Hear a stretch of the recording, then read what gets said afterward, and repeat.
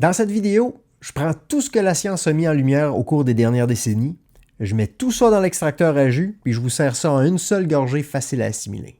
Je vous dévoile le point le plus important à mes yeux, l'ingrédient magique pour maximiser notre santé.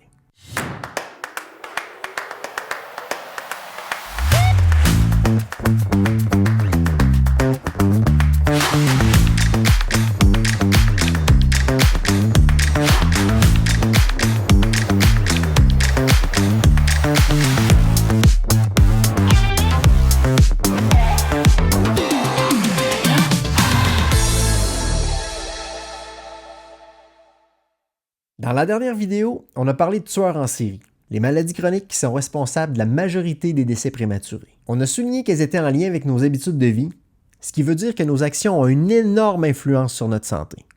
D'accord? Alors, qu'est-ce qu'il faut faire pour être en santé?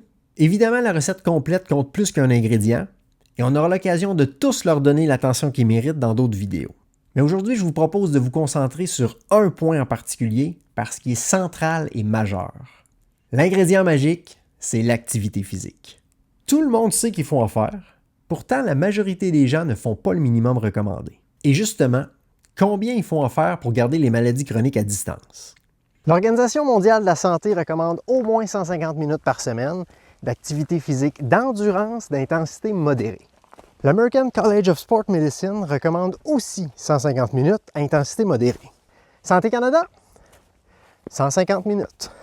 Le Programme national Nutrition Santé de la France, 30 minutes par jour, ce qui donne nos 150 minutes par semaine, très bien réparties, tant qu'on le fait au moins 5 jours par semaine. Ça ressemble à un consensus.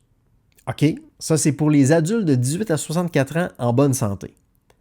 Mais pour les 65 ans et plus, évidemment on veut commencer doucement et aller progressivement, mais on vise encore le minimum de 30 minutes par jour à intensité modérée.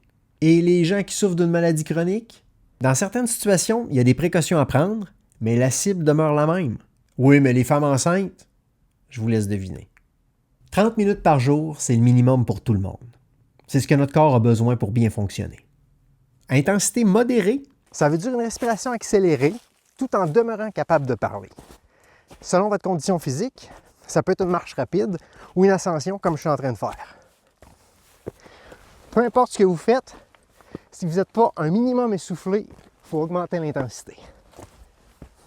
Ça, c'est le minimum. On obtient encore plus de bénéfices si on augmente la durée ou l'intensité, tant que c'est fait de façon progressive ou que vous êtes bien encadré si vous êtes dans une situation particulière. On recommande aussi à tout ce beau monde d'inclure des exercices de renforcement musculaire au moins 2 fois par semaine. Et l'importance de travailler ses muscles ne diminue pas en vieillissant, bien au contraire. La recommandation passe à au moins 3 fois par semaine pour les aînés, en portant une attention particulière aux exercices fonctionnels travaillant l'équilibre. C'est le meilleur moyen pour contrer la perte de masse musculaire, l'ostéoporose, prévenir les chutes et maintenir l'autonomie si importante pour jouir d'une belle qualité de vie. Juste ça. Aussi simple que ça. Mais pourquoi c'est si important?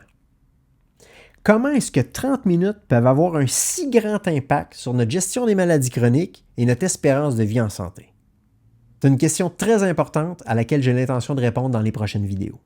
En fait, mon objectif est que le lien activité physique égale avenir en santé devienne aussi évident pour vous que 1 plus 2 égale 3. Parce que je suis convaincu que de comprendre ça, c'est la clé pour régler une autre question qui me hante. Pourquoi la majorité des gens ne font pas le 30 minutes par jour? De la même façon que vous ne songeriez jamais à vous jeter en bas du 10e étage d'un édifice, parce que c'est évident pour vous que la conséquence serait inacceptable, je rêve du jour où vous ne pourrez plus vous imaginer vivre sans prendre 2% de votre temps pour faire de l'activité physique. La biochimie, ce qui se passe dans notre corps, c'est régi par des lois aussi incontournables que la gravité. Si je saute, je tombe. Je veux pas que vous tombiez. Je veux que vous bougiez et que vous profitiez de votre santé. On commence à démystifier tout ça dans la prochaine vidéo.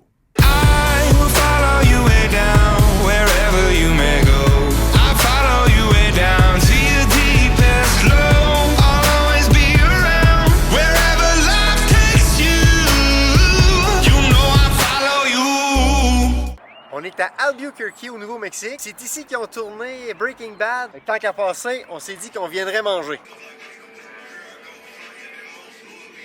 Ah ouais, laisse-moi voir. ben oui! On est à Beverly Hills!